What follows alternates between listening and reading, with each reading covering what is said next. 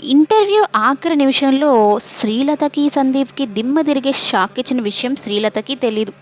Srilatha phone చేసి congratulations mister GM అంటూ సందీప్‌కి phone చేస్తే సందీప్ తన కోపాన్నంతా చూపిస్తాడు.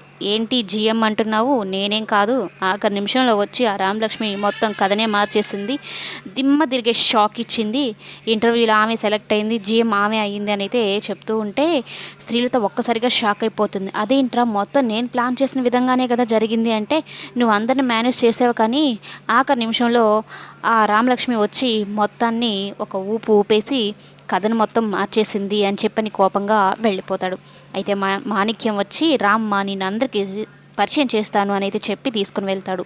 ఇక సీతాకాంత్ కూడా ఆ జిఎం పోస్ట్ విషయంలో చాలా ఇష్టం లేనట్టుగా ఉంటాడు. ఒక బాధ్యత లేని మనిషికి జీఎం పోస్ట్ ఇవ్వడం అంటే ఏంటి, కానీ అమ్మ కోసం చేయాలి అన్నట్టు అంటూ ఉంటే ఇక ఇంటర్వ్యూ చేసిన వాళ్ళకి కాల్ చేసి ఎవరు సెలెక్ట్ అయ్యారంటే మీ ఫ్యామిలీ మెంబర్లోనే సెలెక్ట్ అయ్యారు అని చెప్పగానే అబ్బా సందీప్ సెలెక్ట్ అయ్యాడా ఇప్పుడు ఏం చేయాలని అనుకుంటూ ఉంటే ఇంతలో మాణిక్యం రామలక్ష్మిని తీసుకొని వచ్చి పరిచయం చేస్తాడు.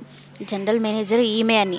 అదేంటి నువ్వు జనరల్ మేనేజర్ అసలు చెప్పని కూడా లేదు, ఇంటర్వ్యూకి వస్తున్నానని చెప్పలేదు అనేది అంటూ ఉంటే మీరే కదా సార్ మనం చెప్పారు, ఇంట్లో ఖాళీగా ఉండే బదులు ఆఫీస్కి రావచ్చు కదా, అందుకే ఇంటర్వ్యూ జరుగుతుందని తెలిసి వచ్చి అటెండ్ అయ్యాను, సెలెక్ట్ అయ్యానని చెప్పగానే నువ్వు సెలెక్ట్ అయ్యావు సంతోషంగానే ఉంది, కానీ అమ్మ ఎక్కడ నిన్ను అపార్థం చేసుకుంటుందో అని కొంచెం బాధగా ఉంది అంటే అమ్మ ఎందుకు అపార్థం చేసుకుంటుంది అన్నట్టు మాణిక్యం మాట్లాడతాడు.